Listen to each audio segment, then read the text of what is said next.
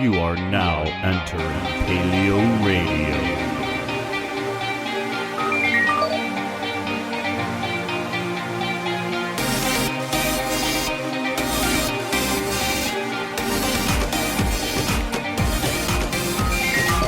Welcome to PaleoRadio with your hosts Jeremiah-bannister and Joe Elder.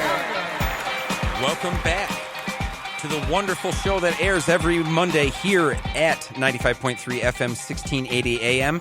I am Joe Elder. I'm Jeremiah-bannister. And this is the illustrious Paleo Radio. Welcome, folks. We've been gone for a couple weeks celebrating the 4th of July, but we're back at it again with the white vans and here to deliver some amazing articles and topics for you guys. It's going to be a whole bunch of fun, man. And, you know, we have been out. We've been out of the game here for what, 2 weeks now? Yeah, about 2 weeks. It's about been a little 2 while. weeks. Just having a good old time, weren't we? Yeah, running about. Yeah, But it running was about. fun. I had a lot of stuff running about in a toilet. I was totally sick. I don't know if I had food poisoning or what it was, dude, but I was seriously in bad shape. I remember I was sitting there and just having a good old time. It was a Sunday. We were doing Cafe Inquiry, and it was going great. We were talking about statins and talking about cannabis and other amazing fun things that we do at Cafe Inquiry. And then I started not feeling too hot in the old tummy tums. And when we went home, I think I made it like 10 minutes up the road, and I started doing that poo-poo dance that you do, but I was sitting in a car. Oh, yeah. And I'm like, I don't know if I'm going to make it, man. And got home, and it was a real rough, I think, Ange, 3 days? It was like 3 days of just not cool. It was, and it involved a little bit of pukes. Yep. But the worst, I'm telling you, it was my stomach. I don't know what it is, man. I ate some uncooked fish that day. You know, there were some other factors that could have played in. I'm not entirely sure. I don't want to poke any blame at anything, but I'm telling you what, man. It was rough. Dude, it was, I was at that point, you know, when you're like biting that finger all dramatically, like you got that index finger all curled up and you're in a bunch of pain. You're kind of biting your knuckle. Yeah, I was there for a long time. I was almost at the place of tears, and I knew if I went to the place of tears, I'm calling the VA. Yes. I got to call somebody because I haven't cried over pain in like a gazillion years. Yeah. It's been a long time since I cried, like, you know, getting that close to crying. And so, it was an interesting week. We had that. We lost power. Oh, that's right. That was you also guys part went of it. Powerless as well. We went. How long were we powerless, Ange? 36 hours, man. Yeah. I was 3 really straight days. What, day and a half, I mean. Oh, boy. You know, you start feeling really old-fashioned, and you start questioning life and modernity. Yes. And you're like, wow, look at all those kids outside. We did that, actually. There were tons and tons and tons of kids outside. I made a prediction that as soon as that electricity came back on, those kids are going right back in. That's right. And I haven't seen any of those kids outside since then, and it's been a real bummer. But I'll tell you, it was interesting, even having to sleep without electricity. So that's something that happened in that span of time. And you did an amazing gig, bro. Oh, yes. Yeah. Yeah, I was at Dr. Grin's last Thursday. I did another stand-up set, which went really, really well. It was amazing. The thing is, I wish I would have been a day later, because the day after that, Bill Burr, who's a notorious stand-up comedian and kind of a comics comic, was actually at Dr. Grin's and performed. He showed up there and just did a set. No one knew he was coming. It was really, really awesome. But yeah, the set went well, as most of them do. But no, it was great. I'm gonna just kind of keep getting linked up and trying to do more. As many as I can. Try to do at least 2 or 3 a month would be the best. I laughed at almost every one of your jokes, and I wasn't drunk yet. So Thanks. You were doing a good job, dude. Yeah, thank you. It was awesome. I got there a little bit kind of late, I guess. It wasn't late to get in, but a lot of people were already seated, right? Yes. And so went in there. It was my first time ever even being in the Bob like that. Oh, in at Dr. Grin's? And at Dr. Grin's. Oh, yeah. Yeah. For people who don't know, Dr. Grin's it's pretty much the biggest comedy club there is in Grand Rapids. It's on the 5th floor of the Bob, which is an acronym for the big old building. Mm-hmm. And it's downtown. It's a 5 or maybe even 6, I can't remember, 5-story or 6-story Party House. That's where there's a different bar on each floor that kind of has a different little theme. And on the third floor, they do Dr. Grins, which is a comedy club. It was so cool because I've been inside the big old building during Art Prize, which we have here in Grand Rapids. For those who don't know, it's a super, super amazing, huge, massive thing with Exodus-like numbers coming in here to check it out. But we went in there, and we were looking at art and everything and having a good old time. But they were like, I said, when what's this all about when it's not Art Prize? And they were talking about the different floors being different things. And how, and I had no idea that they were kind of, even the night that you were doing your comedy, there was a concert downstairs. So when you walk downstairs, and I was kind of thinking as I was walking down, if I didn't have to go home so quick, I probably would have stayed and been like, hey, man, I'll listen to this for a little bit. This band is totally dope. And it was all inside one building, and it was kind of cool having to go to the hoity-toity, loftiest part of the whole thing to hear Joe do his comedy. I was like, wow. Yeah. It was fantastic. It was nice, yeah. And it is one of the better places. I'm really glad Stu McAllister runs that. He's another really well-known comedian. If we can get him on, that'd be great. But, yeah, and it was another one of those nights where it was kind of a comics night because a lot of the guys that I respect a lot that are in the game with me here in Grand Rapids were there. Just most of them not performing, just watching. So it was a really good night to go up. It was a fun time. It was super awesome. And I liked every single person who went up and was doing a set. I liked it so much that even though I gave my 2 cents worth on a little sheet to the radio station or to the comedy club, during the event, once it was over, I was like, yeah, there were a couple of people afterward that were so good after that I really need to just kind of do a better job at saying this. So I actually brought one of those little cards home with me, and I'm gonna fill it out, and then I'm gonna post it on Facebook and tag them because it was really a cool event. And that all of these backstories leading up to us coming back today, and today is kind of a weird day too. And I don't want to get all teary-eyed right now about it. Because I've been teary-eyed probably for 2 weeks.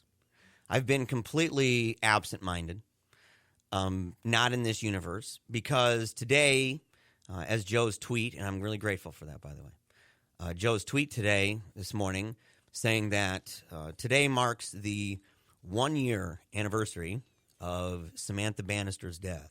That is my daughter, and Angela, her daughter, she's working the boards with us. For people who don't know, and I'll just say this, for people who don't know, Angela is the voice of the show on the intro. She's the one that announces to the universe that you're about to experience something mega dope in your life and that you're going to have a really great time for 2 hours with some weirdos. She's the voice of that. Last year, her 12-year-old daughter, her very first child, and our child together, died of brain cancer, of a grade 3 anaplastic astrocytoma. And it's been a crazy year. And so I know there are people listening. I know there are people already online. I posted about it on Facebook, and you can go at jeremiah.bannister on Facebook. But I posted about it, and we just want to say, look, if you are interested in calling today, and if you're interested in saying something that's not going to just totally, don't wreck me right now. Don't wreck Joe. Don't wreck me. Don't wreck Angela. You can't do that to us, but if you've got a story, and if you would like to talk about Sam and say something briefly about Samantha, we invite you to, okay? If you would like to say something online, I'm just going to leave that one post on my personal wall. We could share that, I guess, to PaleoRadio and see if people comment on there as well. But we'll keep our eyes out on that, and we'll mention some stuff throughout the day. But if you would like to call, okay, if you'd like to get on the air, and you might want to get on the air because we have a question of the day as well. Yeah, we do. We'll be giving that a little bit later on, but we do have a question of the day, as always. Yeah. But we also have a guest. We're going to have Chris Watson come on, who is the host, the leader, the head, the El Duce of Podunk Polymath. Yes. And he's going to talk about the atheist movement, as we've been talking about.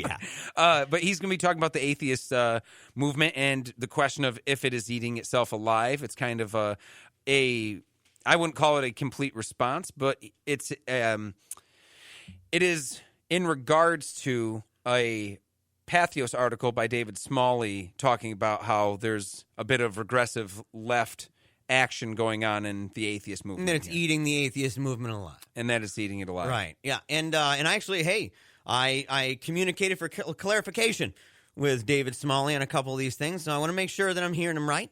I want to make sure that there's good clarity in what he had to say on that issue before we have a guest on who's going to talk about that.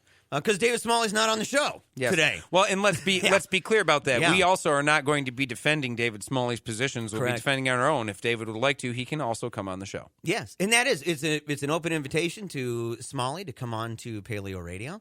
But we're going to be having him on. Watson on. And this is cool because Watson's wanted to be on for quite a while, and we've wanted Watson on for a while. Yeah, and he's a good guy. He's a good guy. He played along, but I think he really started to wonder whether or not we were dodging him. Oh, yeah. And I think we're scared of his arguments. Yeah, we love this guy big time. But if you would like to call about any of these topics that we're going to talk about today, if you'd like to call about Samantha, if you'd like to call about Chris Watson, that crazy guy. If you would like to call about any of these things at any point during the show from 10 to noon Eastern Standard Time, the number is 616-656-1680. Again, 616-656-1680. And you can follow us as well and post to us on Paleo Radio's Facebook page. We have one of those little check marks, don't we? Yes, we do. Yeah, we're totally verified. We have verified. Yeah.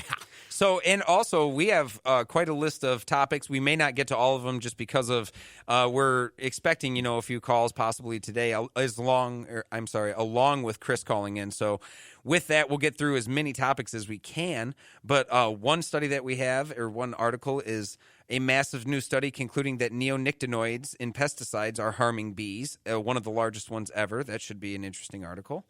Another one that we have is Detroit is booming again, but you have to be rich and powerful to notice. This is an article from The Guardian that I thought was really interesting. We've got Joey Chestnut defends America's honor by inhaling 72 wet hot dogs. You bet he does. You bet he defended America's honor. Yeah, and websites offering pirated papers are shaking up science. That's another one. That's over at The Economist. Yes. Also, we have government hacking. CIA contractors fired for stealing thousands of dollars of snacks from vending machines at a place that they were contracted at. What? We'll talk about that. That's kind of a short one, but an interesting one that they used their powers for snack stealing. MTV News shifts toward video, targets younger audience. It's kind of interesting. They're acting, it's almost framed as if that's an original thought. Maybe it's been so long since they did it last time that it is kind of original. Somebody at MTV's like, we should start playing music videos, man. They're like, you're a revolutionary. Who are you? Who is this guy? Get this man a contract. Yeah, exactly. Then there's another article here. A proposed new military branch would send U.S. troops to guard the galaxy, basically a space defense, start of stormtroopers. Yeah. for the Death Star here. But we only have a couple minutes, so I'm going to just talk about the government hacking one, the CIA contractors. This is really funny. It's from IBT Times again. It's by A.J. Dellinger. Government hacking, CIA contractors fired for stealing thousands of dollars of snacks from vending machines. Now, this is just wonderful. A number of CIA contractors were fired from their positions at agency after it was discovered they had stolen thousands of dollars worth of snacks by hacking a vending machine. This is according to BuzzFeed. The scheme started in the fall of 2012 and carried on through March of 2013, according to an October report from the Office of Inspector General. And BuzzFeed had obtained that article through the Freedom of Information Act. So they basically FOIA'd to find out that people were hacking vending machines. Yeah, it's what took aim at Freedom Pay, a cloud-based payments platform that's often used in vending machines to process payments. Yes. So they used it out. They used the Freedom Pay, which it says that vending machines at the CIA's campus use the Freedom Pay network, which was connected to the CIA's agency internet network via cable that allowed the machine to communicate with the payment platform's remote server. One of the contractors, who was known for his, quote, knowledge of computer networks, according to the Office of Inspector General, wonder how he knew how to do that stuff, unplugged the cable connecting the Freedom Pay system, making it impossible for the machine to verify a payment. With the payment platform offline, the contractors were able to swipe unfunded cards through the machine because the vending machines no longer had a way to check the validity of the card. It would dispense snacks at no cost, allowing the contractors to get free snacks on demand with a number of machines. That is so crazy. So all he did is unplug the networking system to the remote server, and there you go. You got yourself some free snackaroos. I'm trying to remember this movie. And what's the movie we saw that's like 45 minutes of action-packed craziness nonsense? Kung Fury. Kung Fury. Oh, yes. Yeah, when they said knowledge of computer networks, totally made me think about it. We'll be right back. That's right.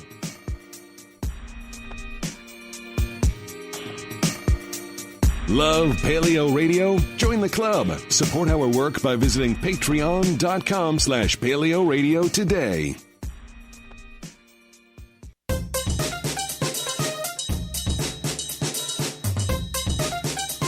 Back to Eagle and Dragon. Welcome back to Paleo Radio, the best show that airs this Monday, every Monday, 10 a.m. to 12 o'clock on 95.3 FM, 1680 AM, and 102.5 FM in the greater Grand Rapids area. You guys can call in to join the conversation at 616-656-1680. To continue on, though, about this IBT Times article, we just had to mention this. We were just talking about before the break. We were just talking about how CIA contractors had hacked some vending machines, and we didn't get to say exactly how much the damage was. Mm-hmm. And it says the guilty parties all confessed upon being presented with the evidence, including the contractor who had apparently masterminded the hack and shared the method with a number of his colleagues. In total, the group managed to steal an estimated $3,314 worth of snacks from the machines. They stole $3,000 from the vending machines. So this was no small fee. I mean, think about how much food you got to be getting dollars and cents wise to be stealing this, because I mean, vending machines aren't necessarily doling out the $10 How long was this happening? Foods. They did it for 3 months, so they basically were averaging about $1,000 worth of merchandise every month. Wow, that they were taking. So were they eating it, or is there another scheme like wrapped up in this? I think they were just eating it. Then these are some seriously obese, ridiculous, terrible people. These people are. How much candy is that? Well, yeah, because it says wow, man. The fall of 2012 to March of 2013. So we're thinking, roughly maybe 4 or 5 months, but $3,000 worth of These food. guys got like triple chins, Joe. Oh yeah, the back of their necks like a pack of hot dogs. And hey, if the CIA can hack those vending machines, then they can get into anything else. They can make it look like Russia did it. Yeah. Oh, yes, hey, that's right. They can make it look. That's a little self-deprecating for my side, but I mean, seriously, it's true. I mean, isn't that argument out there? Right? It is. It is. Yeah, we can talk about it too at another point. But I do find it funny too that the CIA is so very capable of proving that Russia did it, but also not capable of knowing who did it. At the same time. Yeah, and they're like, and the argument, too, that people would say, look, they are obviously schemesters. They're obviously really, really shady folks. Look what they did with those vending machines. Look what they did with those vending machines. I'm serious. I want to see these cats, man, because I want to know how many calories they've been pumping in their body for 3 months. I mean, this is like Super Size Me level. And maybe we can hope that the place was like one of those ones that had the nice food. I doubt it. Usually at other places I've heard it called the death wheel, where you have the food that's in there that's like $4 or $5, but it's like lettuce that's brown. You don't play that game. But yeah, I can't believe it. $3,000 worth of just straight up vending machine items. Yeah, because Snickers. I just got this sneaky suspicion, man, that they were like selling this stuff to people. Maybe so. Maybe making a couple pennies off of this. Well, but you got to think too is how desperate are they for food? I mean, what's their contract? It's like starving artists at the CIA. They're not getting paid well enough. They're like, man, where I really get nailed is buying that Three Musketeers bar every Sunday or every day. That's the one that's killing me. Cost of living's pretty high in the capital. Apparently so. Yeah, it's pretty bad. Can't afford those Twix. Yeah, that's going to be their argument. They're going to be like, look, we have a really big rent. And we live together, the guys at the CIA. Come on, we're trying to offset costs. We're pooling in our monies. So, yeah, anyways, something to look after, government hacking, people feeling like using their talents for taking away vending machine money. So, now another study that we have, this one's a little bit more serious, or actually a lot more serious, is the massive new study that has concluded that neonicotinoid pesticides harm bees. Now, this one is very big. It's been a controversial topic for a long time if neonicotinoids are indeed the cause of beehive collapse. It's not entirely to say that they are the only reason for it, but there has been a large study that has connected them in a way that they have not been connected before. So some of these assumptions are coming true. So this is an article out of IFL Science. A massive new study on the real-world effects of neonicotinoid pesticides has concluded that they are harmful to both wild bees and honeybees alike. Neonicotinoids are a group of synthetic insecticides that are chemically related to nicotine and used by farmers to stamp out pests.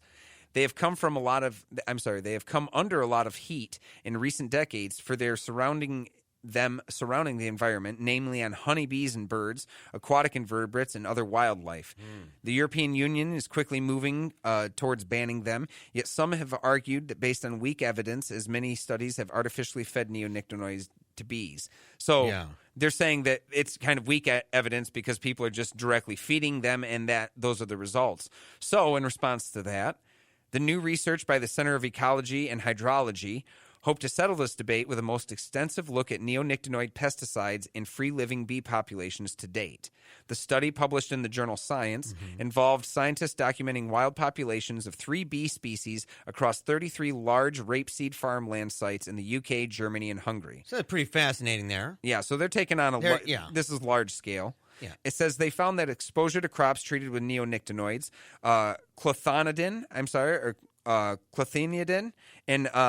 thiamethoxam. Yeah. I don't know. Somebody's got to correct us on this because I just know we're hacking this. Obviously, we aren't the ones who did the study. Yeah, we're not the ones who did the study at all. Yeah, totally willing to accept that. Reduce the overwintering survival rate of honeybee colonies in 2 out of 3 countries. So again, that reduced the overwintering survival rate of honeybee colonies in 2 out of 3 of these countries. Populations dropped by 24% in Hungary, followed by the spring in the UK that also saw a significant decline in numbers. Wow. However, the study found no negative effects of the honeybee population being exposed to insecticides in Germany. That's an interesting one. Right. Yes, that's right. So it says Bayer, which is the chemical group who manufactures the neonicotinoid pesticides, obviously have a different interpretation of the results. Oh, Bayer does. They argue that the variation we have seen in Germany shows there's no consistent results on the impact of neonicotinoid seed treatments. They focused on that weak link, and that's kind of... So more questions would have to come up then. But they are at least, they're using the article, right? They're using the work that they've done, so at least they're not denying it, which seems to be the But look opposite at the way tactic. that IFL Science begins this article. The way that they frame it. Massive new study concludes neonicotinoid pesticides harm bees. Yeah. And that's just the end of now. Yes. But it goes on. I mean, this is Bayer's interpretation said, yes, the study in Germany didn't have it. And then this is, what was it? I'm sorry, Professor Dave Golson, Dave Golson, a bumblebee ecologist in the University of Sussex, told IFL Science, "It's not like a lab or chemistry experiment where you always get the same result every time. It's messy and complicated in the real world." He said in Germany, the bees didn't feed much on the crops. There were presumably other tasty flowers somewhere else. Not surprisingly, they weren't as effective. Industry keeps pointing towards the Germany part of the study, saying it's all fine, when everything else suggests otherwise. There have been hundreds of studies on this subject, and a large majority have found adverse effects. Yeah. It's reached a point where it's getting silly to deny the link between these pesticides and the harm of bees. There's so much evidence now. So he was basically saying that in Germany, the bees were not predominantly feeding on the pesticide crops the way they do in How would they? the UK. And I'd be curious, and obviously it wouldn't be a place for it maybe in this particular article. Maybe it's exactly the place, but to say how do we quantify that? How do we know that? Did the data say this, or is this a plausible explanation for it? Because it doesn't indicate that it was from the actual data that this area that the bees weren't around. They were finding things to do elsewhere. They weren't in this area. No, but it is coming from a bumblebee ecologist at the University of Sussex who studies the behavior of the animal in question. And says, I'm just saying for a study. That would be something that would have to be, and maybe it was. I haven't read. True. That's the thing. Maybe it was. Maybe this guy even knows of the data that says, one of the problems that we faced when going through the study was that we found that in this particular area, bees weren't too interested in what we had laid out for them. Yeah. As interested in as other areas were, and so their diet wasn't made up as exclusively with that. Well, in this case, too, they didn't lay anything out. They just went out to the populations and watched them behave. So there was nothing out there other than the normal application of pesticides.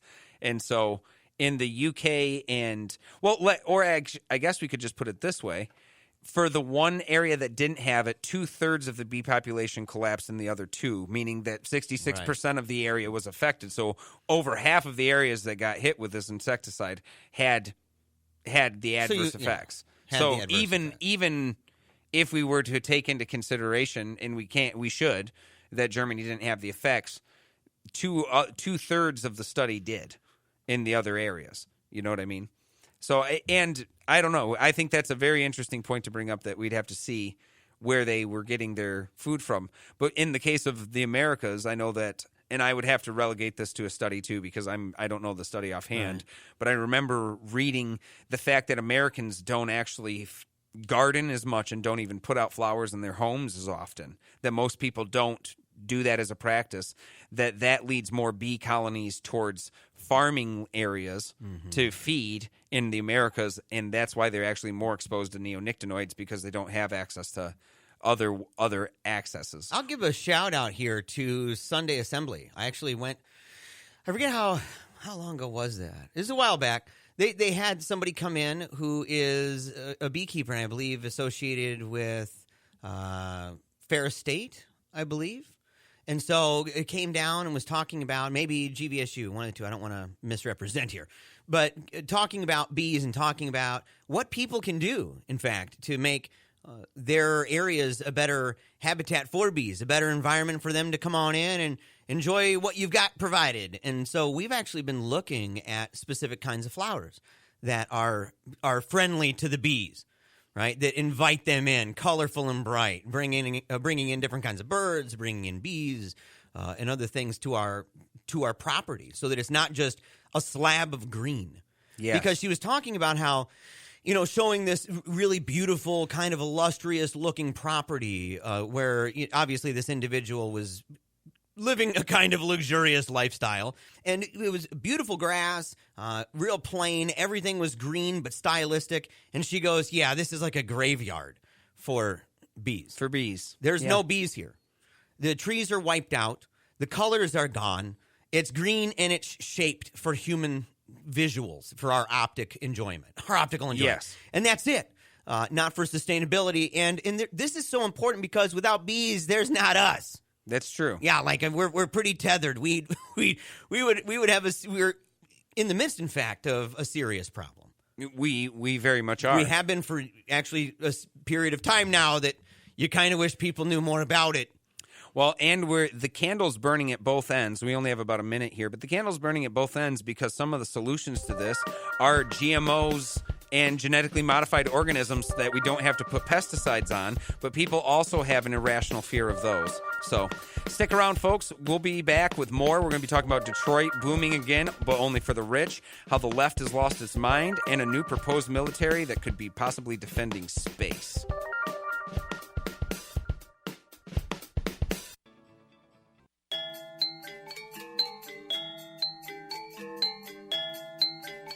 Now back to Joe and Jeremiah. What an amazing day, Joe, it is to be alive. Oh, it is. We have the whole gang here today, actually. I'm looking out that window, seeing old T-Bear, Teresa, running around. Not sure what she's doing out there. So, yeah, got to get that under control. Where's my butler right now? I have a butler somewhere, don't I? Yes, get Jeeves on it. That's what he's been doing ever since he stopped answering questions online. He's been waiting for the Bannister family. Just waiting on you guys. In fairness, I guess, he was finding the question of the day for today for us, and we figured one out. Okay, so provided to you by our imaginary butler, Jeeves. This question of the day, it's a day in history, okay? So it's something that happened in the year 1967. In 1967... Jimi Hendrix dropped out as an opening act for another band. What is the name of that band? Yes. Yeah, so Yeah, Yes. don't Google. Angela just brought that up. No Google anybody. You can't be cheating that out. That ain't no good. So try to be cool about this. People know bands are around that time. I don't know if you're going to be able to guess this one. This is kind of an interesting thing. I didn't even know this, and I'm a fan of that band. Yeah. I'm a big fan. I have been since I was a kid. I didn't know this either. Yeah. No, I had it's no very idea. interesting.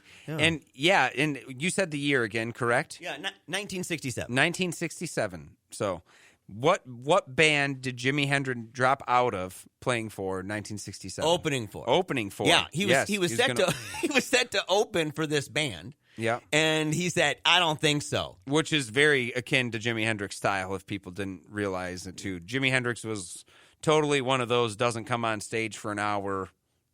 He's never on time. Don't know when he's going to be there. Don't know what he's going to play type guys.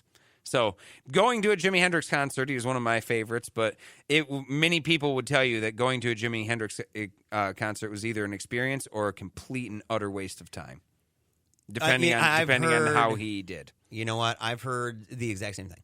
Mm-hmm. And I'm trying to think, who's the guy that played the flute? What's that guy's name? Aqualung. He sang Aqualung. Oh, my goodness. Goodness gracious, man. Yeah, anyway, same thing with that guy I heard. I heard that he's kind of the exact same way. That you go, and he's either totally awesome or it was you talking Jethro Tull? Jethro Tull, bro. Yes. Oh, yeah, totally yes. Jethro Tull. Yeah, and you know what? If there is no caller in the number, if you've got the answer to this, and just take a stab, because if you get the right answer, you get to dip your paws into the prized PaleoRadio vault. Yes, which we handed a book away today to Nancy. Yes. Who, hopefully she's listening, but thank you for stopping into the studio and picking up your book that you won. She Her got Cosmos. and the family. And the fam. And yeah. and tell everybody what book she got, man. Yeah, she got herself Cosmos. It was the Carl Sagan version, correct? The old one. Man. The old school Cosmos from one of my favorite human beings ever to have lived, Carl Sagan. Yes. So it's great. And and she was mentioning, too, because brought the whole family down, had a son that is into hockey and was talking about sports cards and how they have sports cards at home. And they were kind of interested. They were looking at the pictures from our prize vault. And it is a seriously illustrious thing.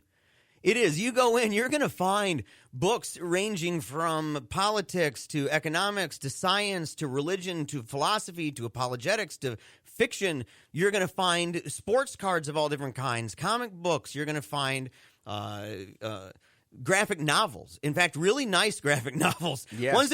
Ones that are of historic significance in the history of graphic novels. We are pumping out awesome stuff, including Cosmos, the book by Carl Sagan. Yes, yeah, which is a fantastic book. We had another person who won the question of the day. They got Michael Shermer's book. What is it? The Science of Good and Evil. Yes. And then we had another one that asked for The God Delusion by Richard Dawkins. Yep. So there's kind of a theme so far. We have a lot of science-y folks who are interested in our work, in what we do here.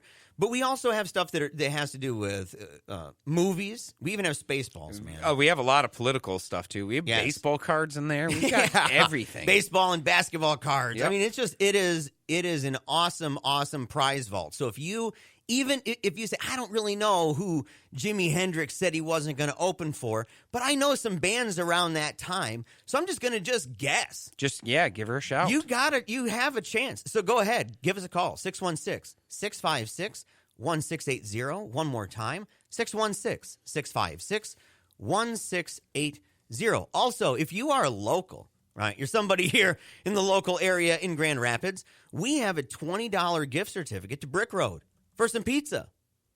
Yeah. That's delicious. And great pizza, too. Those are good folks over there at Brick Road Pizza on Wealthy Street. It is extremely good pizza. And if you are a vegetarian, if you're a vegan, they have a very broad menu for you at that place. That's one of the places our family goes. And we're not vegan.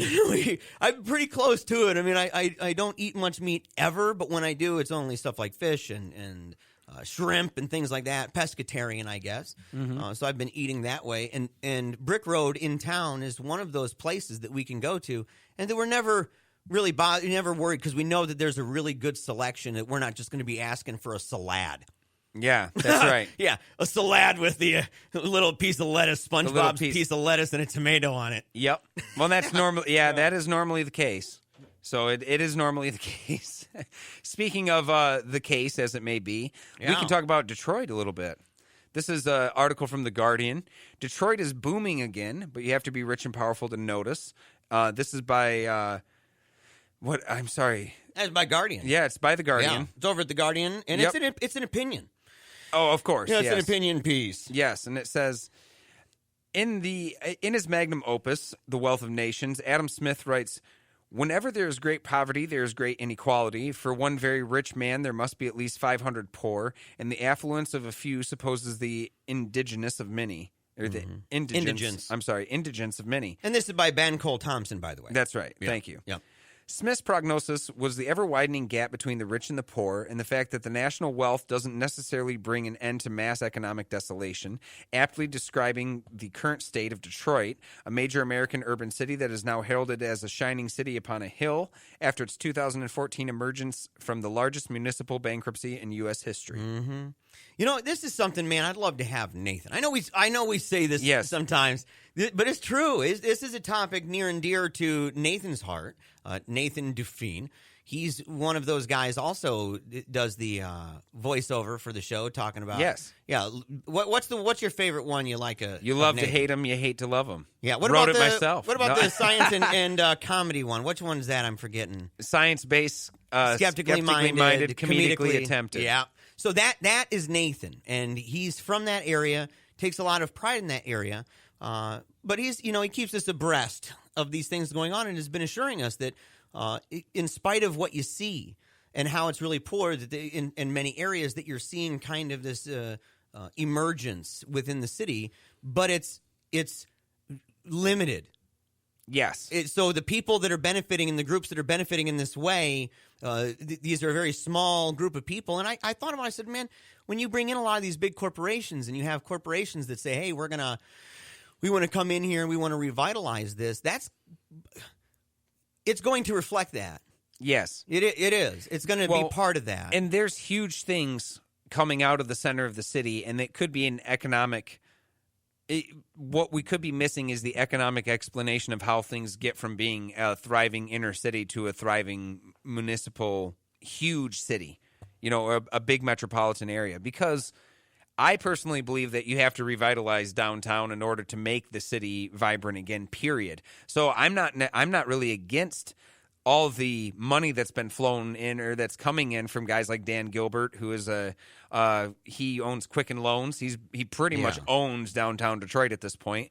He bought everything up and has been revitalizing it. But the biggest problem is he owns the Cavs. He owns the Cavs. Guy from Quicken Loans owns the Cavs. I got to tell Athanasius this, my son. Yes. Yeah, it's his new favorite team now that Kyle Korver's there.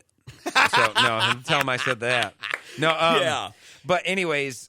Dan Gilbert owns pretty much all of Detroit now. The Cavs are secondary to the amount of property he owns that's vital downtown. And there's a lot of great things that are going on. For instance, the Pistons are moving downtown, so you'll have Ford Field, Comerica Park, and the Pistons also are going to be playing in Ford Field, I believe, or it's going to be doing some renovation. But you have all the teams downtown, that's great. That's a huge, yeah. But the kicker is that the everyday people that work there are not getting new jobs. Just what new jobs are coming back to downtown Detroit that they can have access to? So going back into the article, it says, few miles away from downtown area is Midtown, which is quickly becoming a business enclave and an extension of the business district because it's also getting an almost equal amount of investments. Multi-million-dollar investments are being pumped into downtown and Midtown, creating a sort of mecca in the American Midwest. Yeah. Well, and think about it. That is what people were begging for in a way, and it was a vacuum. If you have a place where it's a huge place with a history, right? It's a legacy town, and there's big things around it, that can gravitate if coordinated properly. And people say, look, rather than dividing it up into a bunch of small cities and saying it's toast, we want to make this a thing. And we want people to invest. We want people to come in to do this. And so they come and they do that. I think that's part of it. Plus, it would be cheap property. So you're going to have that natural drive for an investor to say, look, this place right here, ain't many people too interested right now. This is a risky thing. I'm going to make this and try to do that, and I'm going to invest in this area and try to make something out of it. Because some people early on in that game, I mean, it's kind of a newer thing where it's really starting to take steam, but there was a while where there were only a couple places that were trying to make that investment, and Michiganders were saying you can't just do it with just, one or two groups. That's not going to do it. But really, the investment is still not coming from all over. It's the key places that need to play downtown. You have to go through Dan Gilbert, no matter what company you're going through. So I think the biggest question is what it does to the everyday people that are now getting their old houses flattened out for building a new business, because it's everyday people can't afford to reinvest in this. This isn't a renaissance for someone that used to work at GM that got laid off when GM went bankrupt and now GM is going again and doesn't hire them back. That person's they're getting nothing out of this shake. Yeah. Downtown's redeveloping for people that will have jobs and have money to come back down, but it's going to change the dynamic of what downtown is and the areas themselves, which it's inevitable. You need to deal with both. You need to deal with both. You need to deal with both. And there's a good point here. The grand irony, however, is that such economic buoyancy is taking place in a city where 60% of children continue to live in abject poverty, and where, according to the 2014 census, 39.3% of residents live below the poverty line. So you're talking 40% of the residents in that area are 4 out of 10 people are below that line. And it was even worse. It's been worse. It was. It was worse. Go ahead. These impoverished neighborhoods have only received paltry investments despite yawning needs. They do have yawning needs. They need way more than paltry investments, and I'm really glad to see that other corporations are starting to do things. I wish more multi-millionaire and billionaire types were involved and it wasn't so heavily reliant upon one person, but I'm glad to see that Detroit's doing better. For debates, interviews, or speeches, contact PaleoRadio Show at gmail.com.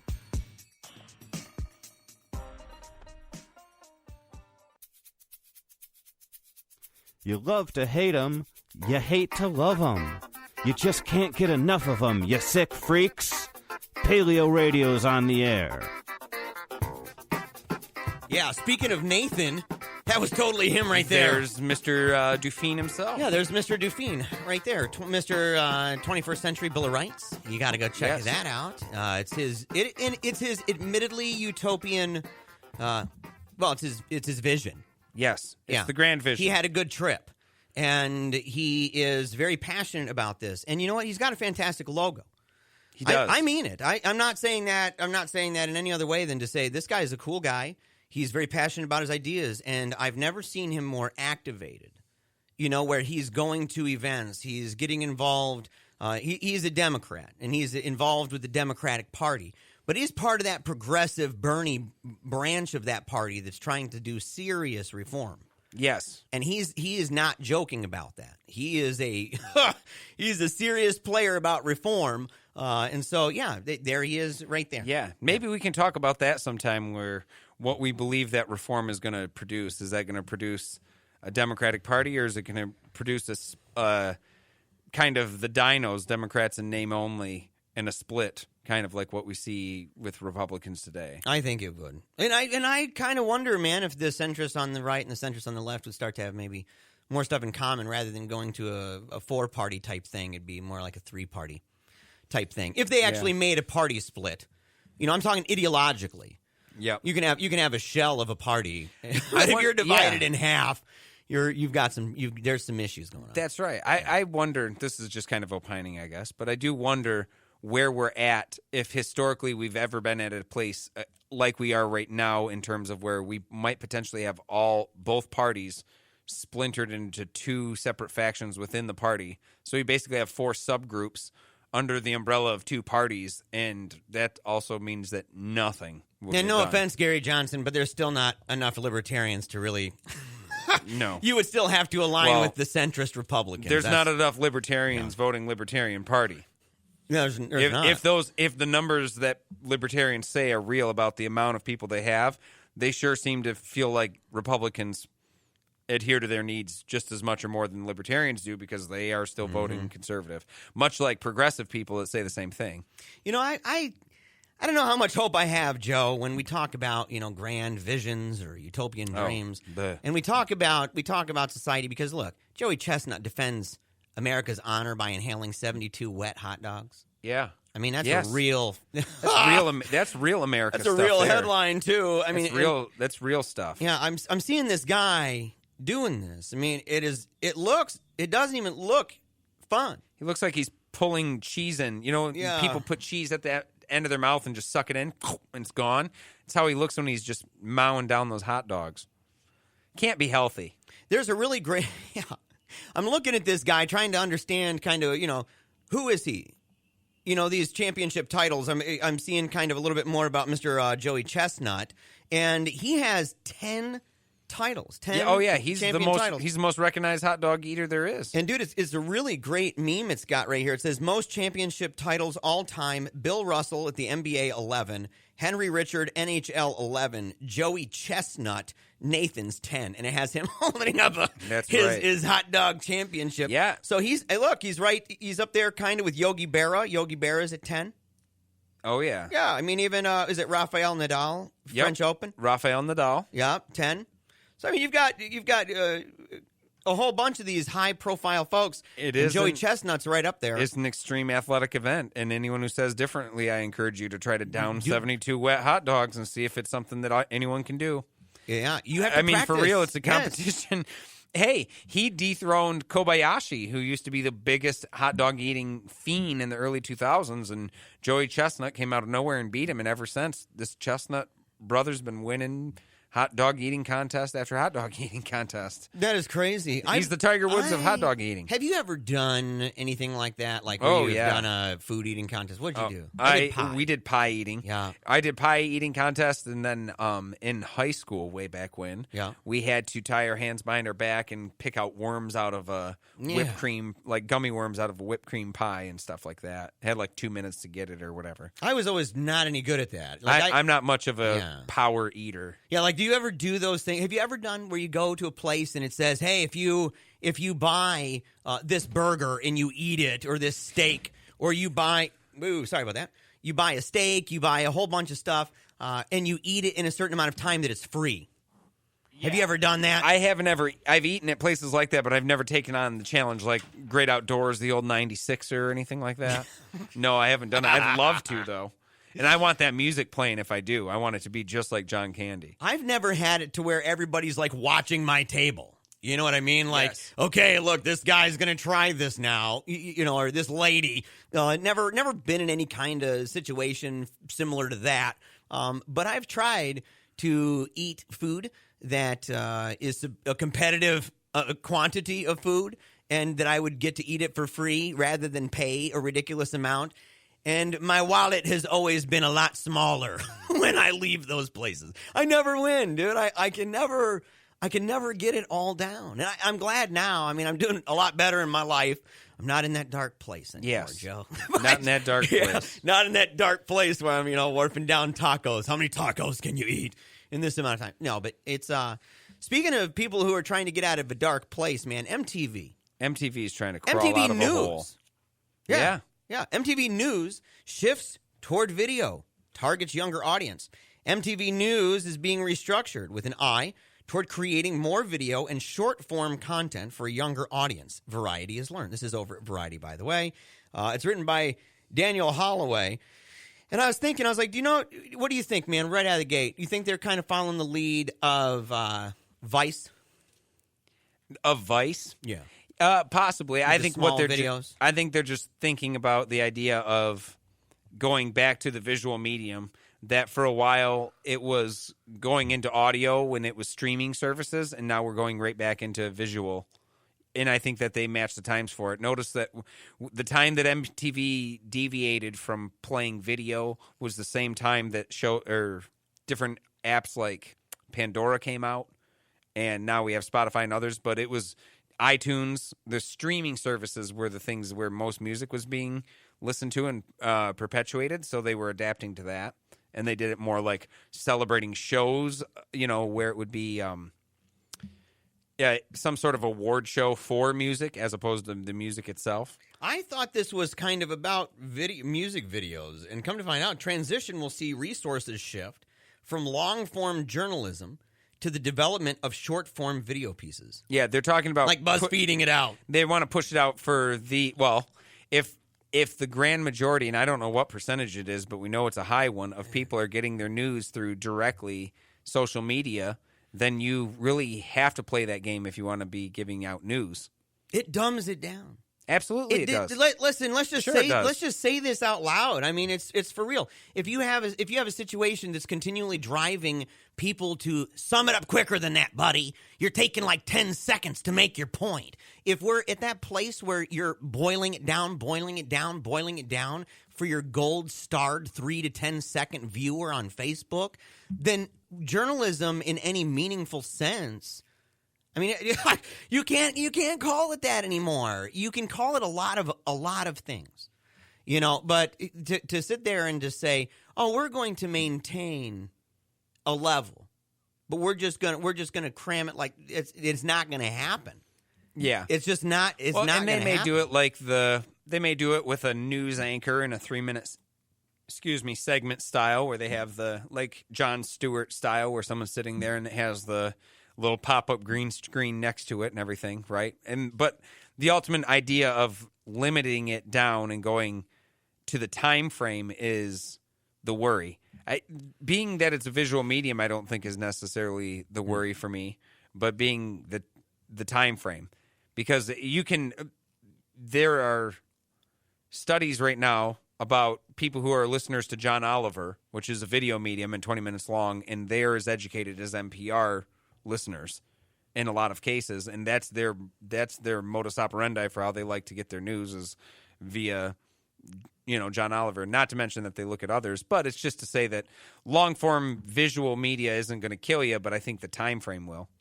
I don't know. I'm a postman curmudgeon on visual mediums and say visual mediums are just it's hard to maintain a high level, I think, with a visual medium. Although documentaries can prove me wrong. I was going to say I think some really documentaries disagree. Well, for average consumption. For average consumption, I would say that visual mediums are inferior, in general, even from mediums that require more of a brain's engagement. If you're reading something, your brain is just naturally going to be more engaged. And have to fill in blanks, right? It's going to be firing off a lot more than if people who are watchers and viewers. It's a more passive reception of information. But do you still feel it's the medium and not the content of which the medium comes through? For instance, Planet Earth BBC documentaries, some of the number one go-to videos and learning tools that people use in early biology classes and stuff like that. And I understand that the reading and writing portion's not there, but the way I view Postman's view of it personally is that he always looked at it like the machine will never die and will always be the same. The media machine is the same, and it depends on what you put into it. And my contention is that the media machine can be contested and changed, that video medium is not necessarily the devil, but it is the way in which we use visual mediums that's the devil. For instance, it's kind of the argument of guns don't kill people, people kill people. Yeah. Well, hey, we should have a segment sometime on Postman. We should. We both studied him in college. Yes, we both studied him. We both appreciate him for different things, and we both kind of value his positions differently as it pertains to technology, visual mediums, and things like that. Sure. It would be a bunch of fun, dude. We need to get McLuhan in on that, too. Yeah, get some Postman and McLuhan. We're going to get Chris Watson in on this right after the break, so don't go anywhere. We're going to be back with way more awesome stuff right here at PaleoRadio.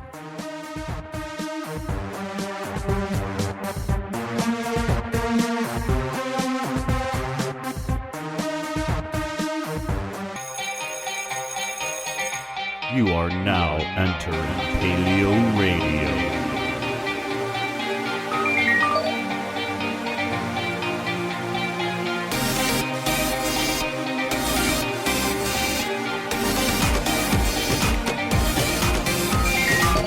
Welcome to Paleo with your hosts, Jeremiah-Bannister and Joe Elder.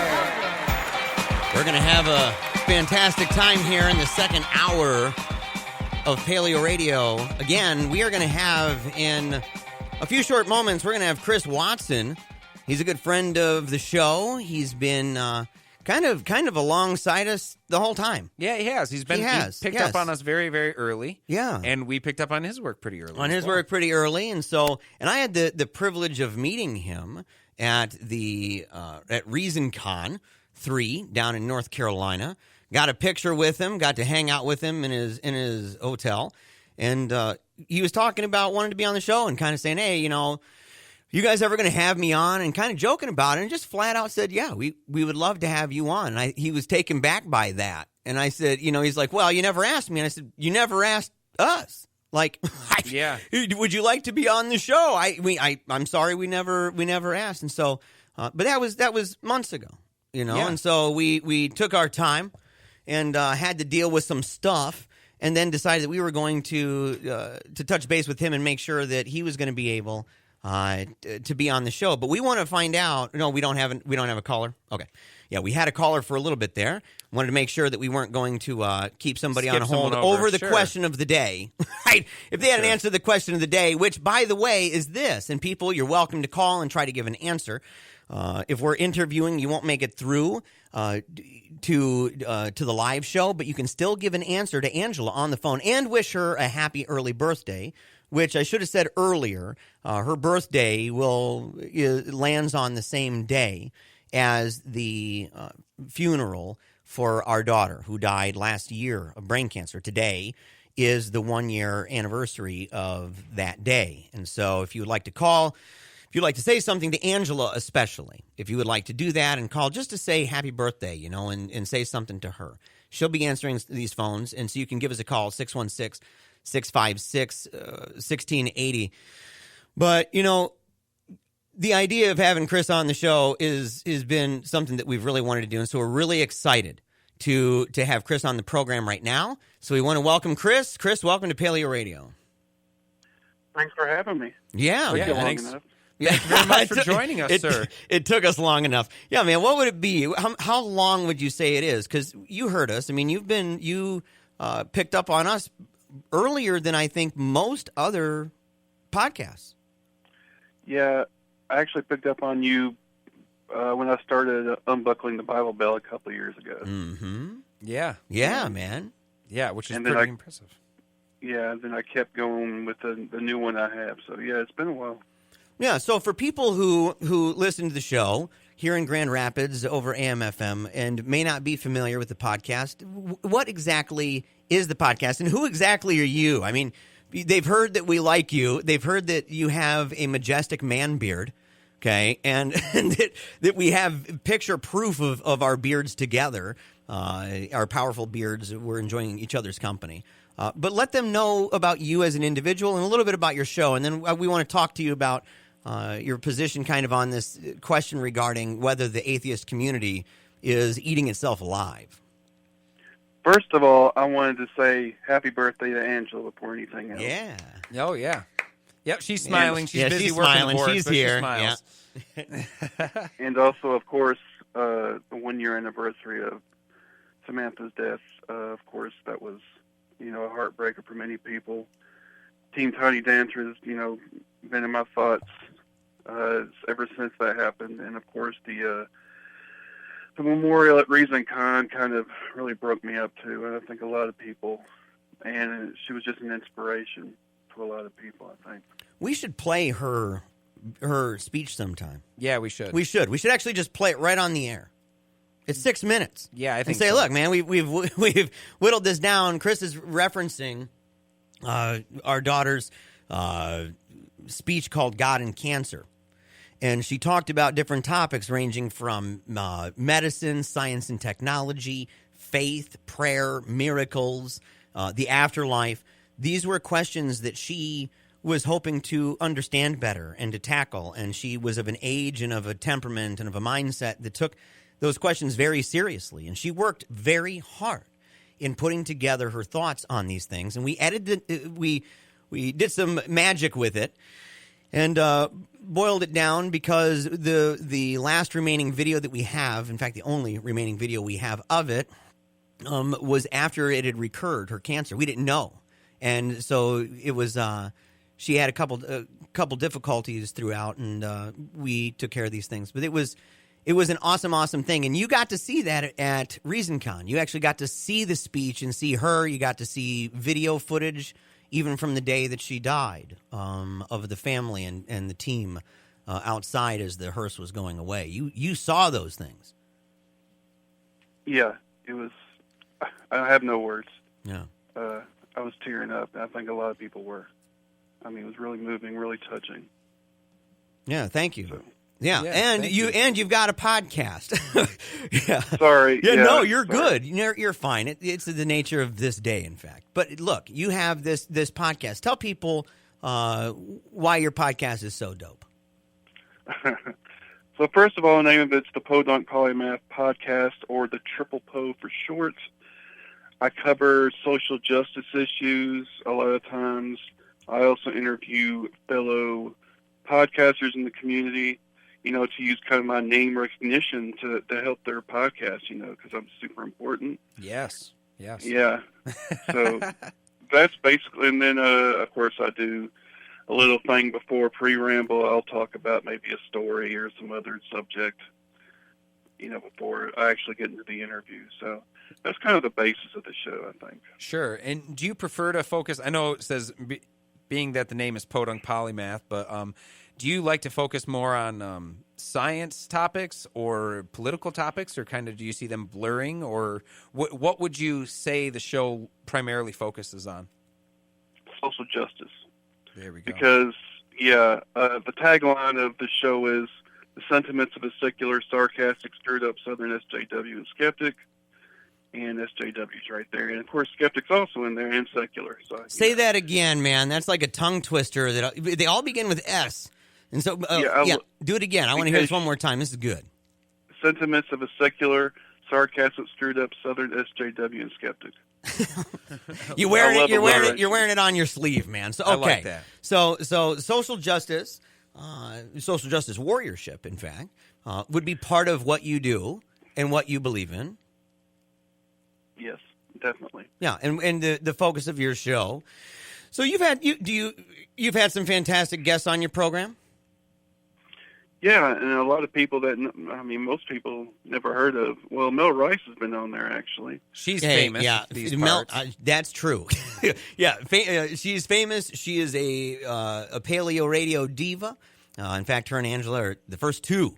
So, and she's the maker of magical memes. She's made some seriously hilarious ones, even ones involving her cat. So we have nothing but awesome things to say about Miss Mel Rice. And her husband Adam too, fantastic people. But yeah, so you've had Mel Rice on. So you're taking it to another level. And now you're on PaleoRadio, dude. What's going on? You're rocking, dude, hardcore. I know. I'm humbled. I'm truly humbled. Yeah. So all right, man. You were ticked off about something. We don't normally get involved in tizzies, do we, Joe? No, we tend to try to avoid them. We do. We tend to avoid them. People on the show, people who listen, know that we kind of call the movement the movement. That we're critical at times, that we consider ourselves outsiders that are still kind of in, and we're friends with a lot of the people in there, but we're not really too entrenched. And so we think there's kind of an interesting view that we have from this perspective. But you, on the other hand, you are entrenched, and you've been embattled here and kind of wrapped up in something that happened over at Patheos with another person that we know personally, David Smalley of Dogma Debate over at Podcast One. And so he wrote that piece, reasonably controversial, regressive left is killing the atheist movement. And you didn't take kindly to that. You identified with the group that he says is killing the group that you believe you're helping and working for and that you cherish, correct? Yeah, I guess you could say that. I want to be very careful here.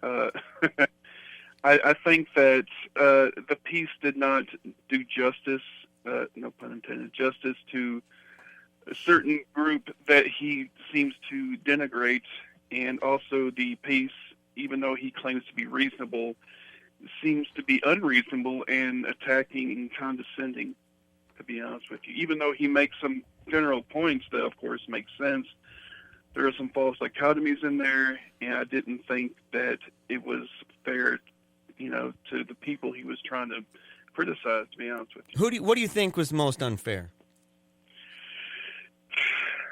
So he claims trying to be reasonable, but I find that when you're attacking, if you're going to present an argument and claim that there are two sides, it might be better to actually put forth the two sides instead of seeming to unfairly attack one particular side, which would be the quote-unquote regressive left. And he seems not to want to criticize too much the other side, which, of course, are the anti-SJW types, those who seem to be more concerned about pure atheism, I guess you could say, than maybe mixing their atheism, God forbid, no pun intended there.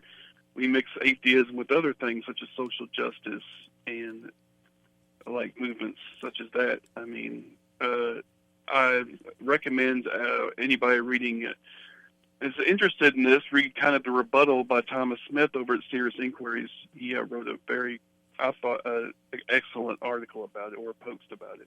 Yeah, we'll have to. We're going to also extend that out to Thomas of Serious Inquiries Only. He's also he's another fellow we wanted to bring in on this. But the question I had about this, Chris, is when you're looking at a movement. And when I'm saying a movement, I'm not trying to be facetious, but what I'm saying is that a general lack of belief in something doesn't really unify anyone in any way, shape, or form to me. So, for instance, it's not surprising that you would find people that are vehemently conservative atheists and you would find people that are extremely liberal atheists. And don't you think that it's a natural problem that we already have, that the thing that connects us is really a lack of belief in something, that's not necessarily that strong of a rope to tie a boat onto? I absolutely agree with that. I mean, the thing that I had an issue with was the movement. He's saying it's tearing the movement apart. Well, first of all, you have to define the movement like you just said. And it's the only thing that I would almost not even call it the atheist movement. And I just would call it sort of atheist/skeptical movement. I mean, you can't just concentrate on one aspect. That's right. Yeah. We're running low on time. We're going to put you on hold, and we're going to be right back with more Chris Watson. Don't go anywhere, folks. You're listening to Paleo Radio. We'll be right back right after this. Love Paleo Radio? Join the club. Support our work by visiting patreon.com/Paleo Radio today.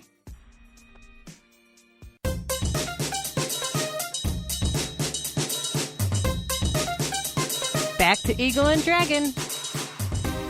We feel real badly because we do this to our guests all the time. We do, where we have predictable time frames where we know when our breaks are, and yet for some reason we've never just said, "Hey, by the way, you should expect a break at this time." Yeah, expect a break at this time, and so we never do that. I want to bring we're going to bring Chris Watson back from the Podunk Polymath podcast, and we want to bring him back on. Say thank you so much for joining us here at Paleo Radio, man. No problem. Maybe if I could just shut up for 5 seconds. No, we want. That's why you're on the show. We'd like you to be talking more. Actually, yeah, you're perfectly fine away, to talk. My friend. Yeah, the one thing you're not going to hear from us is ever, not even in the murmur wheel, would be, Chris talked for like 10 seconds when we were interviewing him, and it just grinded my gears. Never. We love the fact that you're on here, and we want to hear what you got to say on some of this stuff.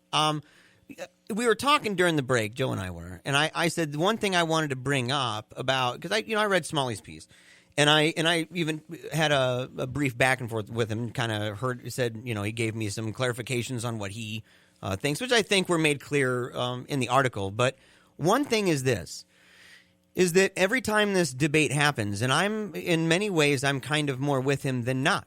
I mean, I'm serious about this. And I've said I'm far more conservative and libertarian in a lot of regards than a lot of the listeners and other people. But I said one of the things that I've noticed is that whenever this debate happens at a kind of a level, like a Smalley level, that, oh, this is hurting the atheist movement. I don't see a lot of the people who maintain positions like he's saying really being involved right now with the atheist movement. I think the atheist movement has kind of gone a different direction. I think it has. I think you can see it in the conventions. You can see it in the activists, the faces that are on stage. And there's some predictability to it. I mean, if you look at the big conventions and the small ones, and you look at them all around and you say, what names are going to be there? I think you, myself, Joe, I think we could probably rattle off most of those people. And those people are not on the Boghossian, Dawkins, Shermer, Harris side of this thing. That's putting it mildly. Yeah. I find it interesting that atheism. It's like I said. It's almost like, oh, let's get all these white guys to talk about what the problems are in the atheist movement. Okay, well, one of the problems is there's not enough diversity for one thing. And if you're just going to sit there and talk about atheism all day, 24/7, then yeah, it's going to die out because there are more things in the world going on than just sitting around debating whether there's a God or not. I find that any group that doesn't want to kind of expand their horizons tends to stagnate. And yeah, that part's going to die. And I say good on it, to be honest with you. I mean, yeah, it's important that there's no God and there's definitely, separation of church and state issues. And of course, that's important. But if you don't kind of spread out a little bit and it doesn't happen in a vacuum, there are other issues going on in the world. I just think it's important that people understand that there needs to be more of a social, it doesn't even have to be social justice necessarily, just anything other than atheism. I mean, come on, how long can you do that? Just sit around and talk about how bad God is? Come on. Yeah, well, I can understand that to a level, but if we're talking about what the atheist movement is, wouldn't it be entirely focused on the lack of belief in God? I mean, where does, and this is a legitimate question though, but off the top of my head, where does the line get connected between a lack of belief in God and support for the trans movement? That's a good question, and that's something I think a lot of people have kind of struggled with who are looking at it from that kind of perspective of trying to be objective about it. And I agree that, maybe it just doesn't need to be called an atheist movement anymore, to be honest with you. Maybe it needs to be called secular humanism. I think that's more, to me, just calling it atheist to me just doesn't, you can identify as an atheist and that's totally fine. But, trying to use that as the basis for an entire movement, that seems to be narrow-minded to me. And I think secular humanism is probably a better term for it. Now, I'm not going to take the line like David Silverman does from, American Atheist, that don't be afraid to call yourself an atheist. Okay, call yourself an atheist every day, all day, whatever. But there are other things going on in the world, and I think atheism, like any other movement, does not survive in a vacuum, Sure. No, I think that's a great point, especially giving it a different name. For instance, I think secular humanism relegates a political ideology as well. That when someone says secular humanism, they're talking about how to actively live that way. When someone's talking about atheism, they're just talking about the general lack of belief, and there's nothing more to it. In fact, you mentioned Mel Rice, but she had a Facebook post that I saw of this that I thought was really clever, where she was defining that, saying, atheism is just a general lack in belief of a deity or a all-powerful being, but secular humanism is what you're doing when you're on the ground and being active. But I can also, I can share with Jeremiah's ideas, too, about the fact that I've grown up in a very rural community, a very small town community, and there are atheists up there, but they are the most right-wing atheists you've ever met. I mean, they are forget about, the God and guns, right? But they definitely love their guns, and they definitely keep a very, very right-wing ideological set for politics. But I can relate with them on a lack of non-belief. If I were to come up with them pushing secular humanism, I don't think I'd get very far.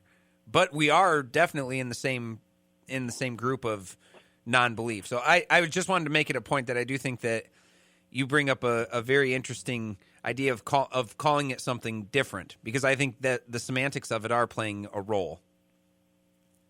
I definitely agree. I mean, just calling it atheism by itself, it's like I said, that limits things, I think. Yeah. That's what we can do, how we spread. I mean, it kind of the point of this, kind of getting things out there, kind of, getting the nuns to, be more numerous in this country. Isn't that kind of the point? And if we just stick on one issue, I mean, then we're not going to get the reach that we need to. Do you think that you can exclude people, though, by reaching into other issues that will get them to untie themselves to it, where the group is so eclectic? I mean, that's what my concern is there's so much diversity of thought. It's like herding cats, right?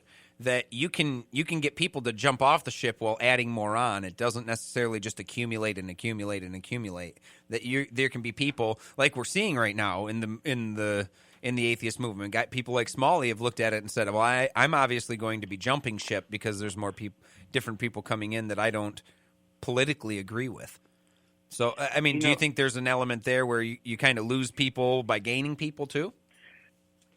If I'm losing people and I'm not talking about Smalley specifically, this is just in general. If I'm losing people who want to deny people rights, who want to kind of forget that certain groups of people exist, that we're not, the social justice is some kind of horrible thing, that we're losing elections because people were mean to Republicans, I say bye. Bye, Felicia. I don't care. That's just my view on it. I mean, there's a lot of harmful, and of course there's always going to be extremes on both ends, yes. But the alt-right or Nazis or whatever you want to call them, there are plenty of atheists, and a lot of YouTube atheists are this way. And to be quite honest with you, I won't miss them if they go. Yeah. Well, I mean, look, I kind of look at it this way, and I say atheism plus. Some of the stuff you're saying sounds like that atheism plus. It's not just atheism; it's atheism plus social justice, and this is kind of a growing thing, and so it's kind of evolving and it's changing and shifting around. The only thing is I think, and I remember when at first the idea it sounded really great. The only problem is that, like Joe kind of alluded to, there's a lot of different people with a lot of different beliefs on issues, and I think we have a lot more libertarians and even classical liberals, and this is something that you hear a lot from the atheist YouTube crowd, and they say, well, we're classical liberals, and I think even Smalley is kind of fallen back on that one, but that's a sword for them. I mean, they might like freedom of religion and speech and press and assembly and markets, but they're not big on limited government very often. No. And so, there's classical liberalism as a tradition. Like, there's fountainheads of knowledge. I don't know how many of them have really read Hayek. But, the thing is, I don't mean to be a clown at them or anything, but it's just fact that it's kind of the Milo answer. It's the Dave Rubin answer, but those guys haven't studied jack. I don't mean to be totally rude, but how much have you read on Kant or Mill, or Adam Smith? Talk to me about what you've read, because a lot of these guys fall back on an excuse that I don't think that they really know that excuse very well. Mm-hmm. But at the same time, there's a lot of people who follow those individuals who are not progressive. They're people who do not share the same position as a lot of progressive people on matters ranging from Islam or religion in general, even. And you see this kind of with the new atheism thing, where you get a lot of the old guard, and it's kind of weird calling them old guard at this point. It's only been 10 years, but Sam Harris and Dawkins and Dennett and kind of the old guard. You're hearing that, where kind of the new activist guard is saying that they're not only on the outs, but they're white nationalists, they're maybe Nazis and things like that. That's a big divide. And they have a lot of followers. They have a lot of fans. Even people like the Amazing Atheist and Thunderfoot. I'm not, just throwing them in, saying they have a lot of people who follow them numerically that they're not part of the movement. And so I think that whenever this is described, atheism plus or things like that, if it's identified with atheists as a whole, that is what applies. If you're an atheist, therefore you must believe X. That is, I think, a concern for me. Yeah, that's why. That's the thing, like you say, about atheism being a huge umbrella, and a lot of people identify it that way. But at some point, you have to. I mean, we're going to split. We're going to splinter. That's what humans do. I'm sorry to tell you that. Mm-hmm. You know, every major group is going to split. You know, how many, you know, denominations of Protestants are there? You know, just to use an example. Mm-hmm. Sure. It just happens. There's fault lines. It's not because we're eating ourselves, you know, or whatever. That's just going to happen. And if you want to go with the, you know, YouTube atheist, okay, well, that's, you know, that's your prerogative. Nobody's saying you can't. But, you know, don't get, you know, your underwear in a wad when, you know, we call you out for saying racist, bigoted, you know, misogynistic stuff. You know, that's all I'm saying. We're so glad to have you on, man. We're running out of time. We're so glad to have you on. Yep. Let me say one more thing. Yes. Mark Nebo would kill me if I didn't mention the Normalized Atheism campaign. Yes. All right. Yes, which we're very involved in ourselves. But yeah, thank you. Well, we're at the precipice for a beginning. And thanks again for joining us, Chris. We really do appreciate it. We're going to have to get you back on again and talk about this further. It's been great. Yep. All right, man. Well, I appreciate it. Yep. Thank you. Thank you, Chris.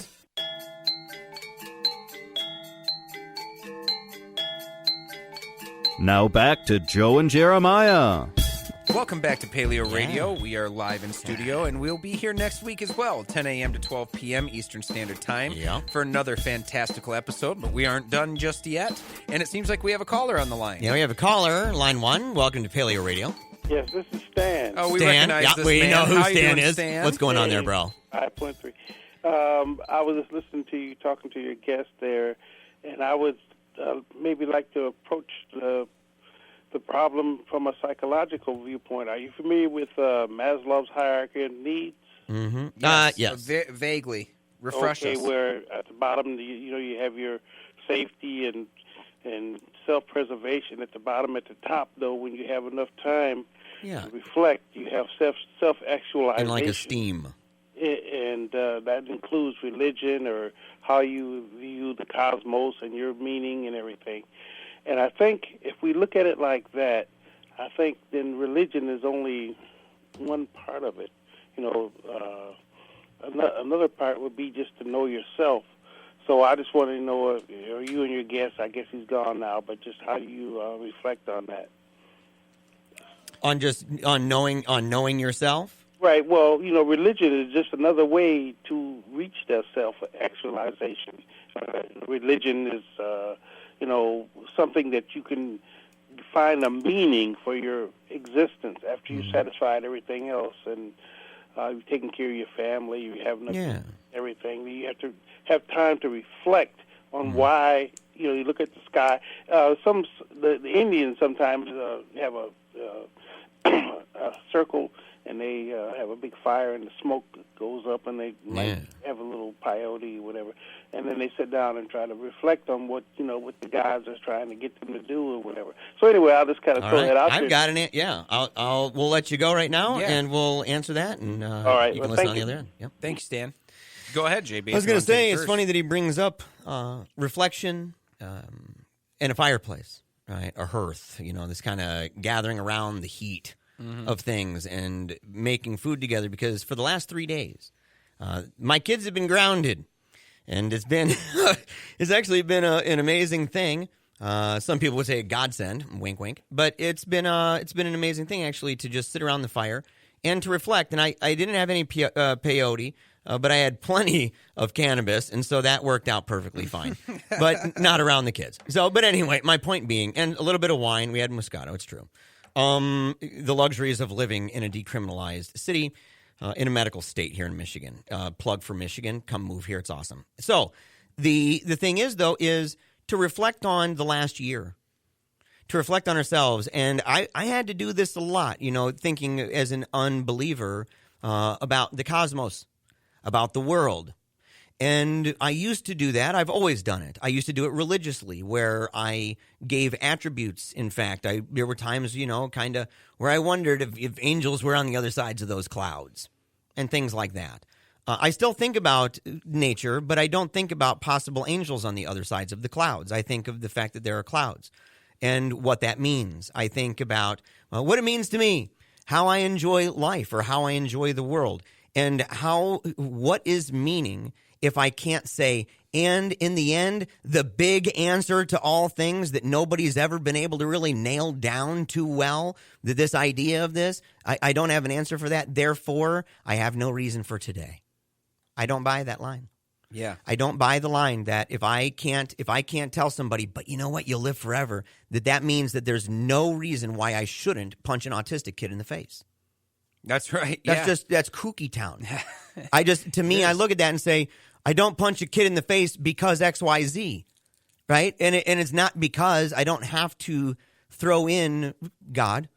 I don't have to have a divine revelation. And I've told people, and there's a benefit in a way to the practicality of being able to go back to an easy ABC's 1, 2, 3 commandment regime and say this is how it goes. The problem is that doesn't actually satisfy the need in a human to really know something, to have meaning, because even for the person who believes in that standard, there's wild disagreements over what that standard means, including, and I'll just throw this out there, the Sabbath.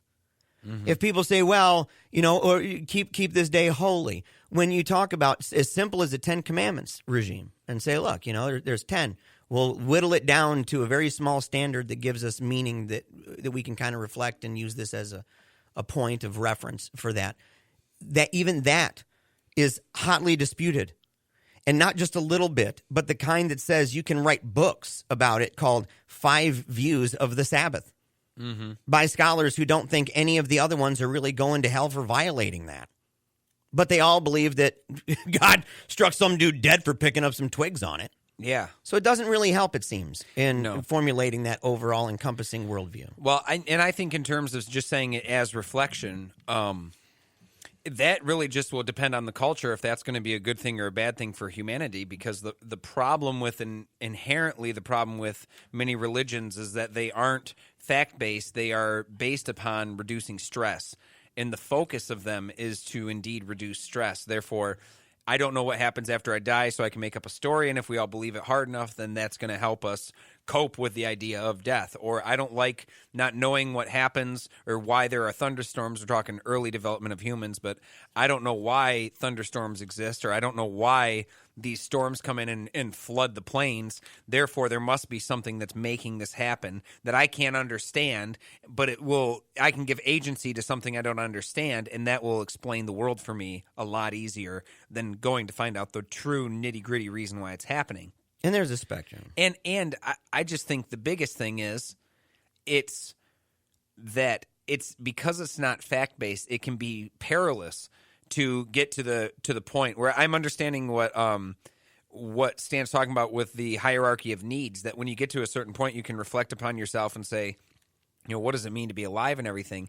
The danger in doing that based upon feeling and not upon fact is that you can come to very, very false conclusions. And these false conclusions can become very detrimental to other people based on their lack of belief in your false conclusions. And that's why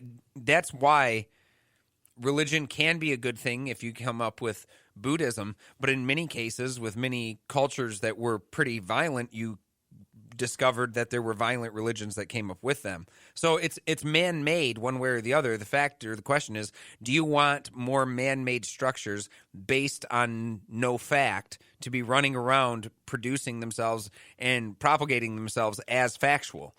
And that I think is what the inherent danger of religion is in general. Yeah, we're going to see if we've hung up on Chuck. I'm not entirely sure. Chuck is on the road in Muskegon and saw a Facebook post and wanted to call. Are you there, Chuck? Name isn't Chuck. Name is Jeff Matthews. I'm not sure if I... Oh, goodness. Okay, sorry, well, Chuck, I know who Jeff Jeff Matthews is. I know who this is. So, yeah, so look, if you're Chuck and we accidentally hung up on you, please give us a call back, brother. That's right. Yeah, call us back, 616-656-1680. But we're going to make some space and time for our man, Jefferson Matthews. How are you, my friend? I'm good. How are you? Well, today is a day. Mr. Matthews is a good friend of ours and of Team Tiny Dancer. and is someone who goes back actually with Paleo Radio back to WOCR. And, dude, I'm wearing, for people who don't know, WOCR is the Olivet College radio station. And right now I've got the WOCR 89.1 The One station shirt on. And I have not been able to wear it since the year I got it in school until about 2 weeks ago. Nice. Because I've lost enough weight that I've been able to do that. But I'm grateful that you called, man. Yeah, it just it occurred to me when having a conversation with a couple of mutual friends of ours, Jack and Sharon, and Tim Grunewald, that it had been a year, and it just I knew that I had to call and just see how you were doing and let you know that I'm thinking about you and your family, and that I love you guys, and that I'm here for you, and feel free to call me anytime, and all right. I miss you guys and all that. So. All right. Well, hey, I'll touch base with you sometime after the show. I got your number. I know how to contact you. So we'll go ahead and we'll talk more on there. But I just want to say thank you. I hope you're doing really well, and that we appreciate it. We appreciate it here at Paleo Radio. We appreciate it, obviously, with the Team Tiny Dancer family, especially today, as it's the day that our daughter, Samantha, passed. She was taken by childhood cancer, a really rare and freaky kind. But she lived an awesome life, and she was a fantastical individual that left a huge imprint on people's hearts and minds all over the world, in fact. And so I'm really grateful that you took the time to call me, and I look forward to talking to you later. Okay? All right, man. All right. Have a good Thank one. you. Yep. All right. And again, if you're Chuck, and we accidentally hung up on you, you're welcome to give us a call back. I wanted to finish, man, saying something about what Stan was talking about. When my daughter was going through brain cancer, it's a good time to start really thinking about these topics.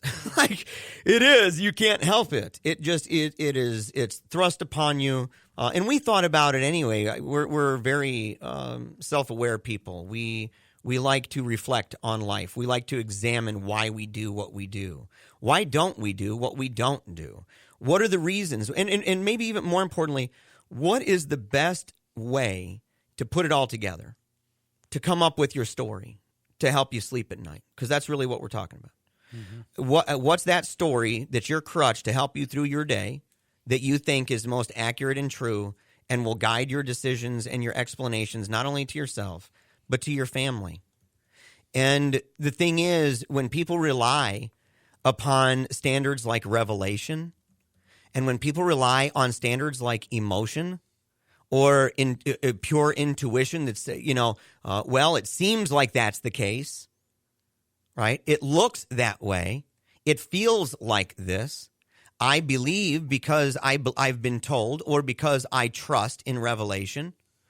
Those standards to me have demonstrated that people can have stories that range from stuff like Charles Spurgeon saying, pray like it's all up to God, live like it's up to you, that recognizes free will, all the way to, if you don't believe what our religion is, you're a dead man. Mm-hmm. And that's a big spectrum, and most people don't land themselves in the ISIS part of that spectrum, right? Most don't. Most can function. Highly functional people with narratives and storylines that might be completely false.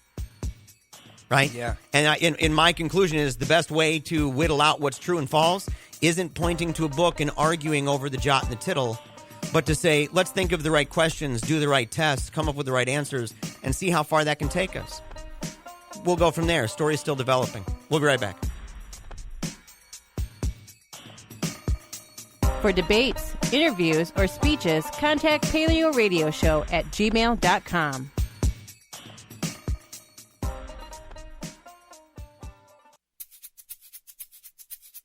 You love to hate 'em, you hate to love 'em.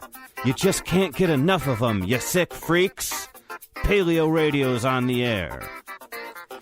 Welcome back to Paleo Radio. We are again live in studio here in WPRR Studios here in Grand Rapids, Michigan. We love all of you that have tuned in and all of you that are listening on the podcast via Spreaker or iTunes Radio or Stitcher or iHeartRadio or wherever you may be listening from. Thank you very much for joining us. Oh, yeah. And look, we are running out of time here on this question of the day. We don't have any winners so far on this. Jimi Hendrix in 1967, he dropped out as an opening act for a specific band. I'll give you a clue. They had a kids' TV show. That should seriously whittle it down. A band that had a kids' television program. Yes.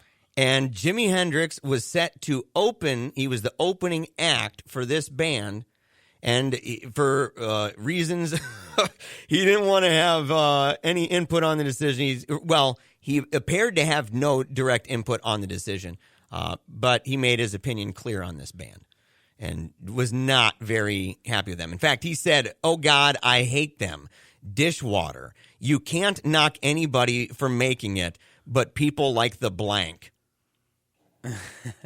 Yeah, so people like the blank. Again, he hated their music, called it dishwater. Okay, Dishwater. said it was, so it's dishwater. And he said, so that was his opinion about that. Hence why he wouldn't open for them. Yeah, exactly. Hence why he wouldn't open for it. Now, while Angela's taking a call, we may have someone calling right now. If you have the answer to this, 616-656-1680. Again, 1967, Jimi Hendrix dropped out of opening up for a specific band, and this band had a kids' television program.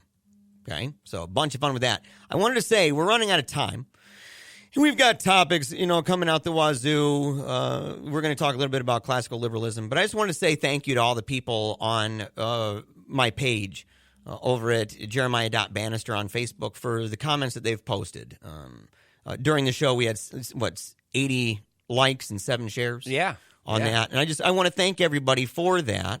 A lot of people saying happy birthday to Angela. And there's a couple people. I wanted to say something from my friend Zahi. He said there's no feeling like losing a child. It's the roughest thing, in my opinion, one can go through. I have no idea what it had to be like for you and your family to endure those days of caring for her in her time of need, but I commend you all on not giving up and striving to get through it. I give my best to you all, and happy birthday to Angela. Also, of course, want to thank Kathy Seaver for it. But Amber said this: what complex creatures we are, that we can both mourn the finality of death and still celebrate the wonder that's life. Sammy was amazing, and her legacy lives on in the memories of so many people. Much love to you today, Bannisters. And Angela, I hope your birthday is a celebration of wonderful memories. So many different people have posted comments, and we're so grateful for every single one of you. And we're grateful because we have Jack on the line listening to 95.3, and he claims that he knows the answer to the question of the day. Yes. Okay, Jack, in 1967, Jimi Hendrix said no way to the opening for a specific band, and this band had a kids' television program. Do you know the name of that band? Well, I'm going to take a swing at it, and that's only because of that last clue that you gave. I'm going to guess the Monkees. Yeah, there we go. Yes. Yes, the Monkees is it. And Cool. I'll tell you. Did you? What's your thought of the Monkees? Are you with Hendrix on this? Do you think they're dishwater, man? I was never into them. My wife loved them. She was a few years younger than me. I'm not sure if she got into them on reruns or what. I mean, I was a kid Yeah. when they were on the air, and she was not yet born at that time. So, Monkees were her thing, but you gave that clue. Just like I was going to guess the Stones. I don't know why. Hey, would have been a good guess, but you right. definitely won. You get to dip your hands into the Paleo Radio Vault, which has all sorts of goodies. Would you be more interested in books? There's videos. There's VHS tapes. There's a lot of stuff. Cards. Oh, my. So All right. what we're going to do, we're going to send you, we're going to put you on hold. Angela's going to talk to you again, and she's going to get your information so that we can connect with you either here at the station. We had last show's winner actually came to the station before the show, and got the book, Cosmos, and got a picture with us and everything. If you'd rather have us send it, we can do that. We'll get all those details on the other side of the line, okay? Okay. All right, and hey, yes. Yes, no, go ahead. Say go one ahead, more. Jack. Yeah, go ahead. I was just going to say, I would probably prefer to come to the station, but this week doesn't really work out for me. Okay. Okay. Yeah, Hey, if you can't do it the next week. We'd love to meet you in person. We would love to so see if you. you can wait Yes. a week, then we'll do it that way. Yes. Yeah, Sounds good. you know me, JB, and I met Joe, when I stopped in one time at the beginning of the year. But Oh, Yeah. Okay. Yes. Okay. Perfect. Hey, Jack, thank you so much. Yes. whilst I got you on the phone, I've been away from the radio since about 10:30, so I just want to echo what I'm sure everybody else has said. My love to you and your family on this day. I've been thinking about it myself. So, and my memory, sorry if you can hear that in my voice. Do I have time to share Sammy's story or not? Absolutely. We have 7 minutes, so go ahead. Yeah. You got some time. Okay. Jeremiah, you were there, and this was when you and Sammy spoke at CFI, March of last year. And you were kind enough after the talk. I asked if I could take a picture of you two, and you said, sure, do you want to be in it? I said, sure, why not? And so someone took a picture of the three of us, and you had to step away, and I had the fortune of talking to Sammy for a few minutes, just a very kind, gracious, sweet little girl, just like she didn't know this goofy old curly-haired dude from Adam, but she was very nice. I asked her about your trip to London and stuff, and she's very, happy to tell me about that. And there was Ambrose who came up to me, and I think this was his big secret at the time. He kind of came up to me and cupped his hand to my ear and said, Donald Trump's name was Drumpf, and I said, no, He had to let you know, right?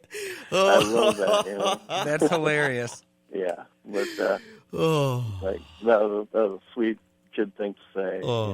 And your kids were terrific, So I needed that. I don't know the last time someone's made me laugh and cry so close to the same time. That was really good, man. So, look, I appreciate it, Jack. We're going to coordinate with you. Angela's going to coordinate with you, and we'll have it so that you can come down.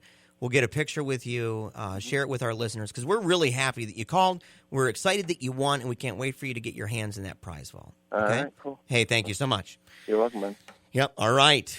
Wow. I'll tell you, man, that's funny about Ambrose. And I love it when little surprise stories come out like that. I mean, I was just anticipating something about Samantha, right? And within that story, tucked in there, is our third child, Ambrose Lewis, and him whispering in his ear that Donald Trump's real last name is Drumpf. Or that his dad, the origin of the last name is Drumpf. I thought that was kind of funny. Yeah, that's hilarious. That's great. So thank you for that phone call. And we were talking before all of this, before the call, before coming back and expressing some thoughts. We're talking about this whole classical liberal thing. Yes, we were. And we've only got a couple minutes, but just kind of.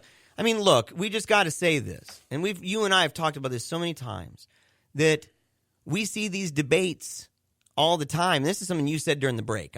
This is what you said. Mm-hmm. You said, we see these debates online. We talk about these debates online. We hear the things that people are saying. And we're like, dude, we've been talking and debating that for like a decade. There's shows about us talking about this in the first 20 episodes of PaleoRadio from 2 years ago. Yeah. And and before that, both of us in our own right. Yes. You with Southpaws, me with my work, going back further and saying, we've talked about these issues, even the differences between things like classical liberalism, libertarianism. What is the old right? What exactly is a neocon? What makes a neocon Sure. as opposed to a paleocon? These are all terms that we know because we've studied them, we've read about them, we've written about them, and we've talked about them on radio. Okay, so we've covered them, and we've met a lot of these people. We've interviewed them, and they're in our wheelhouse. But a lot of I see it all the time. People who very strong opinions on things, thought leaders even, with very, very, very limited knowledge on the foundations of the subjects that they're even talking about. I totally agree. Yeah. I think that we've said this before, too, but in communication or in media theory, which is a lot of what we're talking about when we're talking about disseminating, not just politics, but how politics gets disseminated amongst people, is something that we have actually gone to school and studied. And I know this is a little bit of a chest-beating moment, but I'm totally down for it, is that when you go to study these things and you accumulate a breadth of knowledge about it, there is value to that. This idea that if you are a professional or you're someone who holds an expert level opinion on something, that does merit your words a little bit stronger than someone who hasn't studied it as much.